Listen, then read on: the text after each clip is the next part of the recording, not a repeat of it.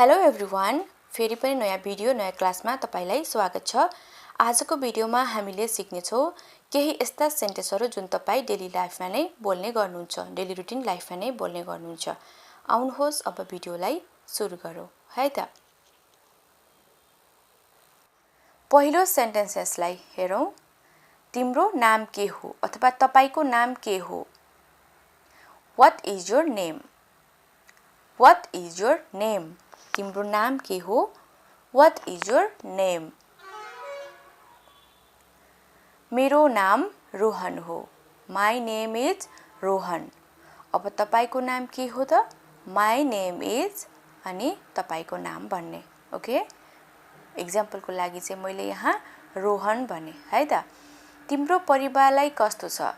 How is your family? तपाईको परिवारलाई कस्तो छ भनेर सोध्नु पर्यो। How is your family? How is your family? सबैजना राम्रो छन्, सबैजना ठीक हुनुहुन्छ भन्न चाहिँ तपाईले बोल्नु पर्यो भने everyone is good. Everyone is good. सबैजना राम्रो हुनुहुन्छ, ठीक हुनुहुन्छ। Everyone is good. तपाईको काम कस्तो छ? तपाईको काम कस्तो चलिरहेको छ भन्न तपाईले साथीभाइ वा कसैलाई सोध्नु पर्यो। अंग्रेजीमा कसरी सोध्नुहुन्छ त? How about your work? How about your work? राम्रै चलिरहेको छ।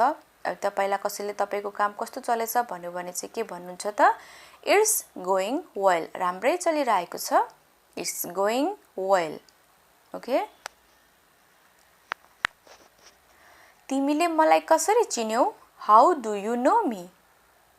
How do you know me? तिमीले मलाई कसरी चिन्यौ? How do you know me? के भन्ने? How do you know me? तिम्रो बुवा के गर्नुहुन्छ? हैन, कसैका बुवाको चाहिँ कामको बारेमा तपाईले सोध्नु पर्यो। कसरी सोध्नुहुन्छ त? What does your father do? What does your father do? मेरो बुवा एक शिक्षक हुनुहुन्छ। My father is a teacher. तपाईको बुवा किसान हुनुहुन्छ भने farmer. My father is a farmer. Businessman हो भने चाहिँ my father is a businessman. हैन? तिमी के गर्दैछौ? What are you doing?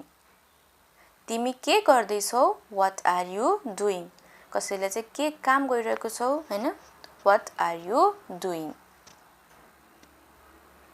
म टेलिभिजन हेर्दै छु। I am watching television. I am watching TV पनि भन्नु सर्टकटमा हैन। टेलिभिजनलाई चाहिँ के भन्छ सर्टकटमा? TV. I am watching TV, television. तिमी मलाई चिन्छौ? Do you know me? तिमी मलाई चिन्छौ अथवा तपाई मलाई चिन्नुहुन्छ? Do you know me? कसरी बोल्ने? Do you know me? यदि तपाईले चाहिँ चिन्नुहुन्छ भन्ने चाहिँ के भन्ने त? तिमीलाई चिन्छु भन्नुहुन्छ नि। इंग्लिशमा कसरी भन्ने? Yes, I know you. Yes, I know you.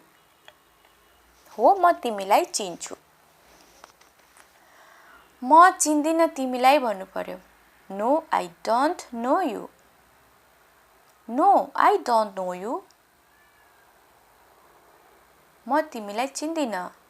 I don't know you. तिमी कहाँबाट आउँदैछौ?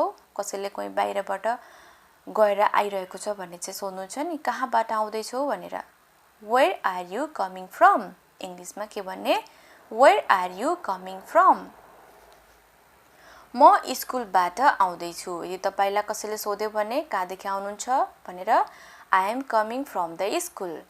तपाई कहाँदेखि आउनु भएको छ? I am coming, त्यसपछि तपाईले चाहिँ जहाँबाट आउनु भएको छ त्यो भन्ने। तिमी कहाँ जाँदैछौ? Where are you going? तिमी कहाँ जान लागिरहेको छौ? कहाँ जाँदैछौ भन्न तपाईलाई कसैले सोध्छ भने कसरी सोध्छ? Where are you going? तपाईले पनि कसरी सोध्नुहुन्छ त? Where are you going? म बजार जाँदै छु। I am going to the market. I am going to the market. म बजार जाँदै छु। I am going to the market. Hospital जाँदै छु भन्नु पर्यो। I am going to the hospital. के तपाई बिरामी हुनुहुन्छ? Are you ill? तपाईले इलको ठाउँमा सिक SICK सिक पनि भन्न सक्नुहुन्छ है त आर यु इल के तपाई बिरामी हुनुहुन्छ हो मलाई ज्वरो आएको छ yes I am having fever तपाईलाई ज्वरो आएको छ भने चाहिँ कसरी भन्नुहुन्छ त yes I am having fever fever भनेको के ज्वरो आउनु है त आई एम ह्याभिङ फिभर यदि तपाईलाई चाहिँ केही सबै ठीक हुनुहुन्छ सन्चै राम्रै हुनुहुन्छ भने चाहिँ के भन्नुहुन्छ त नो आई एम फाइन हैन म ठीक छु no I am fine no I am fine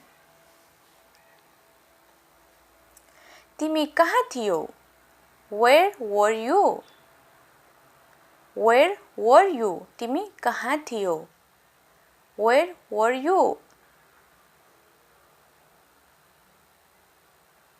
म बजारमा थिए आई वाज इन मार्केट कसरी भन्ने म बजारमा थिए भनेर अंग्रेजीमा I was in market I was in market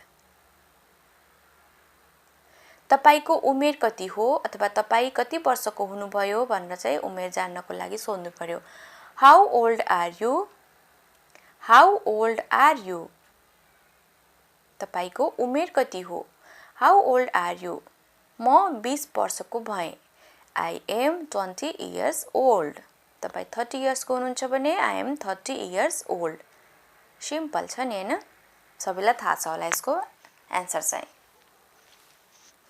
तिमी कहाँ बस्छौ where do you live where do you live तिमी कहाँ बस्छौ वेयर डु यु लिभ सोध्नु पर्यो कहाँ बस्छौ भनेर अंग्रेजीमा वेयर डु यु लिभ तिमी के चाहन्छौ अथवा तपाई के चाहनुहुन्छ what do you want what do you want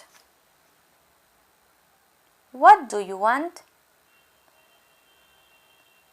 मलाई एउटा कलम चाहिन्छ अथवा मलाई एउटा कलम चाहियो आई नीड अ पेन तपाईले चाहिँ आई वान्ट अ पेन पनि भन्न सक्नुहुन्छ है त आई नीड अ पेन मलाई एउटा कलम चाहिन्छ आई नीड अ पेन तिमी कहिले आयौ when did you come when did you come तिमी कहिले आयौ when did you come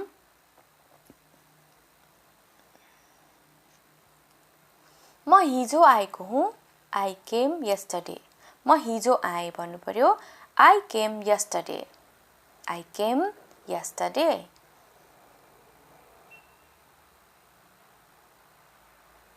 के छ आजकल अथवा के भइरहेको छ आजभोलि यी दिनहरु के गरिरहनु भएको छ भन्न तपाईले सोध्नु पर्यो What's up of these days What's up of these days के छ आजकल के भइरहेको छ तिमी के गर्छौ What do you do कसैले कसैको तपाईले कामको बारेमा जान्न मन लाग्यो What do you do अंग्रेजीमा के भन्ने What do you do What do you do म एक शिक्षक हुँ I am a teacher म विद्यार्थी हुँ भन्नु पर्यो I am a student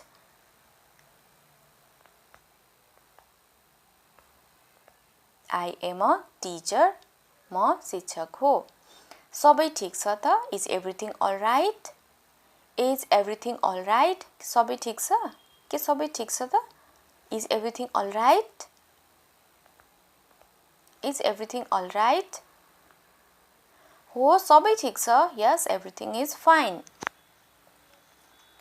Everything is fine सबै ठीक छ Yes सबै ठीक छ Everything is fine समस्या के छ What is the problem अथवा समस्या के हो What is the problem What is the problem What is the problem कुनै समस्या छैन There is no problem कुनै समस्या छैन त्यस्तो खासै हैन बोल्नुहुन्छ नि तपाईहरु पनि There is no problem इंग्लिशमा के भन्ने त There is no problem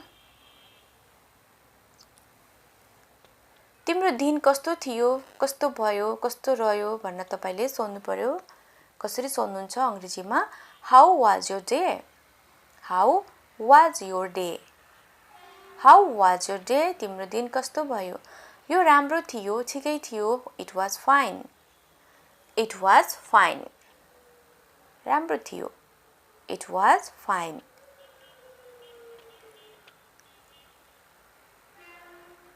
अहिले कस्तो महसुस गर्दै हुनुहुन्छ? How are you feeling now? कोही बिरामी भइरहेको छ भने चाहिँ तपाईले सोध्नुहुन्छ नि अहिले तपाई कस्तो महसुस गर्दै हुनुहुन्छ भनेर How are you feeling now? के भन्ने How are you feeling now? म राम्रो महसुस गर्दै छु. I am feeling better. I am feeling better. म राम्रो महसुस गर्दै छु. I am feeling better. हैन I am feeling better. तिमी कहिले आउने छौ? When will you come? तिमी कहिले आउँछौ? When will you come? When will you come?